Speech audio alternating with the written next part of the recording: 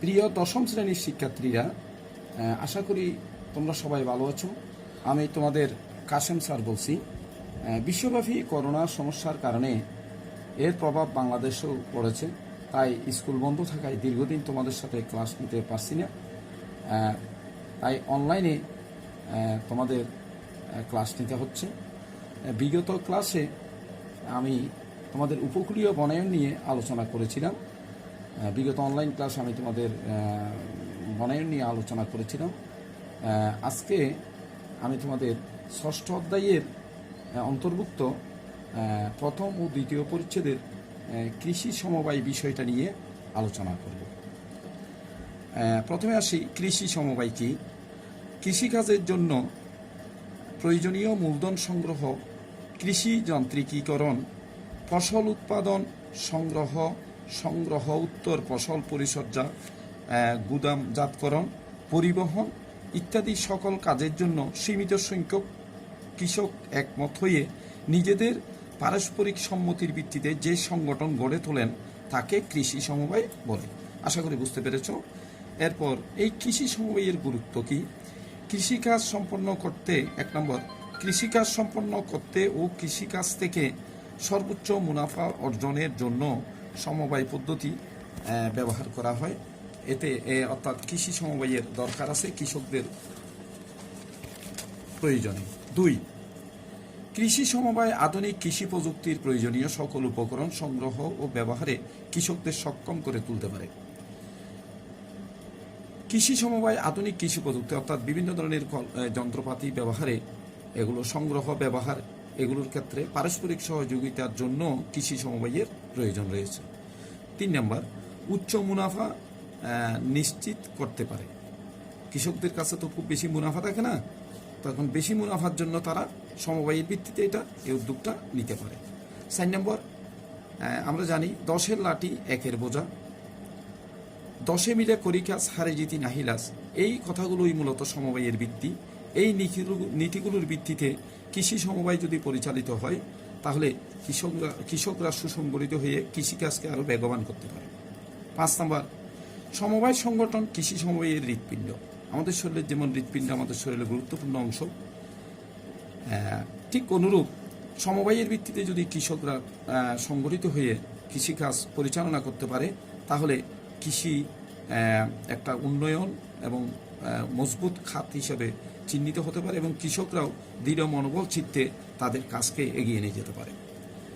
আবার কৃষি সমবায়ের বিভিন্ন রকমের প্রকারভেদ আছে, যেমন 1 নম্বর কৃষি মূলধন সমবায়, 2 নম্বর কৃষি উপকরণ সমবায়, 3 নম্বর কৃষি উৎপাদন সমবায় এবং 4 নম্বর কৃষি পণ্য বাজারজাতকরণ সমবায়। অর্থাৎ এই 4 প্রকার পর্যায়ের মাধ্যমে কৃষকরা কৃষি সমবায়ের কার্যক্রম চালিয়ে যেতে পারে। এবার স্যার, কৃষি সমবায়ের মাধ্যমে কৃষি উপকরণ সংগ্রহ ও ব্যবহার কিভাবে নিশ্চিত হয় বা করা যায় সে বিষয়ে আমি বিস্তারিত তোমাদের সামনে তুলে ধরছি, তোমরা মনোযোগ দিয়ে শুনবে। বাংলাদেশ কৃষি বিশ্ববিদ্যালয় BAU অর্থাৎ বাংলাদেশ এগ্রিকালচার ইউনিভার্সিটি এবং বাংলাদেশ কৃষি গবেষণা institute BARI Bangladesh agriculture research institute এর গবেষণায় দেখা যায় সর্বনিম্ন 1 হেক্টর জমি হলে, সর্বনিম্ন 1 হেক্টর জমি যদি না হয় তাহলে একটি লাভজনক কৃষি খামার পরিচালনা করা যায় না। বুঝতেই পারছো যে কম ভূমি বা প্রান্তিক চাষি যারা কম ভূমি যাদের আছে তারা এককভাবে এটা সম্ভব করতে পারে না কোনো একটা বড় উদ্যোগ। এজন্য কিন্তু আমাদের দেশের অধিকাংশ কৃষক এর চাইতে ক্ষুদ্রতম কৃষি জমির মালিক। ওই যে বলছি, আমাদের দেশে কৃষকরা যৎসামান্য জমি বা বর্গা চাষি হিসাবেই বেশিরভাগ কাজ করে। সমবায়ের মাধ্যমে অনেক জমি একই ব্যবস্থাপনায় আনা যায়। তাহলে এই জন্য তাদের যে জিনিসটা দরকার, সমবায় 10 মিলে সবাই মিলেমিশে একটা উদ্যোগ তারা সফল করতে যেটা পারে, এককভাবে সেটা পারে না।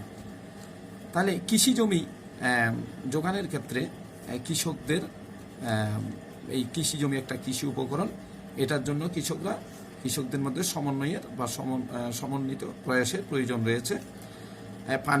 পানি একটা কৃষি উপকরণ, জলাধার করা অর্থাৎ জলাশয় নির্মাণ করা যেগুলোর মাধ্যমে পানি সেচন করবে কৃষিক্ষেত্রে, সেখান থেকে পাম্পের সাহায্যে সেচ নালা ইত্যাদি তৈরি করা, পাইপের সমবায়ের মাধ্যমে আওতাধীন জমিগুলোতে স্বল্প স্বল্প অপচয়ে সেচের পানির ব্যবহার করা, এগুলোর জন্য কৃষকরা কৃষি সমবায়ের উপর নির্ভর করতে পারে এবং করে থাকে।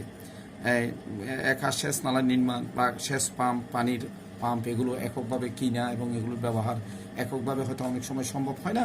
এটা কৃষি সমবায়ের মাধ্যমে এই কৃষি উপকরণ পানির যথেচ্ছ এবং যথাযথ ব্যবহারটা কৃষকরা নিশ্চিত করতে পারে কৃষি সমবায়ের মাধ্যমে। এরপর যে তৃতীয় বিষয়টা, কৃষি যন্ত্রপাতি।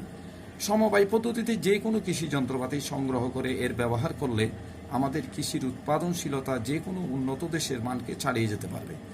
কৃষি সমবায়ের মাধ্যমে পাওয়ার টিলার, ট্রাক্টর, পাম্প ইত্যাদি পাওয়ার ব্যবস্থা থাকে, যা একার পক্ষে কেনা কষ্টকর, যেটা একটু আগেও বলছি। এরপর বিভিন্ন কৃষি উপকরণ সংগ্রহ, উৎপাদন ও ব্যবহারের ক্ষেত্রে কৃষি সমবায়ের কোনো বিকল্প নেই। যেমন বীজ কিনা, তারপর পশু পাখির খাদ্য কিংবা মাছের খাদ্য ইত্যাদি, রোগবালাই নিরাময়ের জন্য ব্যবহৃত ওষুধ ক্রয় এবং এর ব্যবহার, এর একটি বড় অংশ সমবায়ের ভিত্তিতে উৎপাদন করা যায়। এককভাবে যেটা সম্ভব নয়, সমন্বিতভাবে সেটা অবশ্যই সম্ভব। সরকারের কৃষি সেবা সংস্থাগুলো বীজ সার ইত্যাদি সংস্থাগুলো বীজ সার ওষুধ সরবরাহ করে। এক্ষেত্রে কৃষি সমবায় যদি থাকে, সরকার থেকে সেগুলো রিসিভ করা, সেগুলো গ্রহণ করা এবং এগুলোর ব্যবহার করার কাজটা সহজ এবং সহজসাধ্য হয়।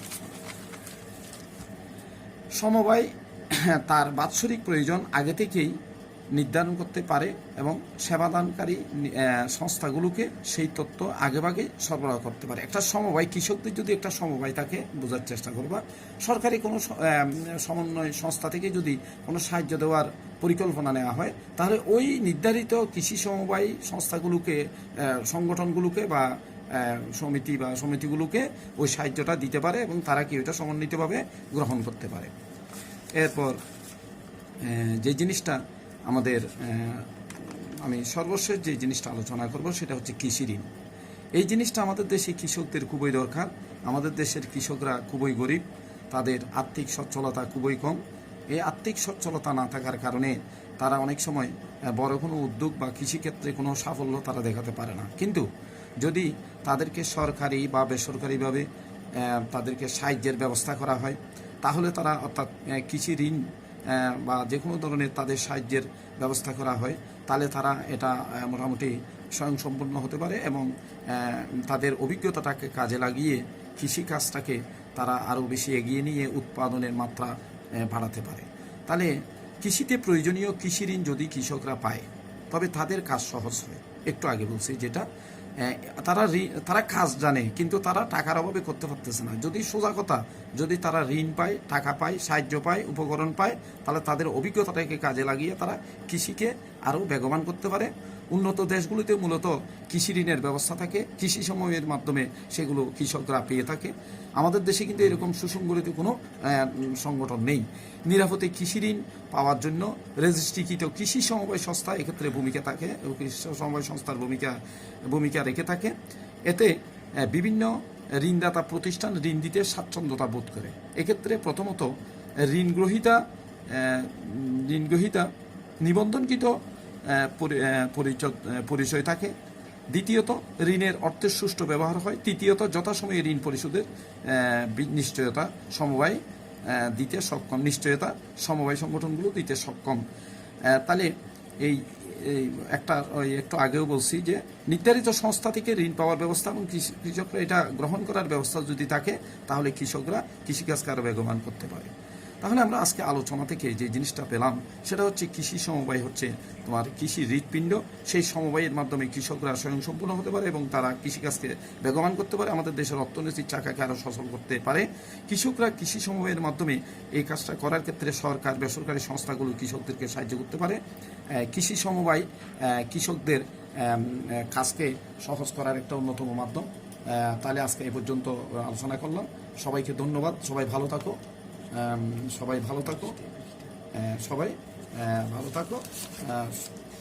তোমাদের করোনার এই পরিস্থিতিতে দুশ্চিন্তার মুখোমুখি না হয়ে তোমরা সাহস নিয়ে আল্লাহর উপর নির্ভর করে তোমরা চলবে।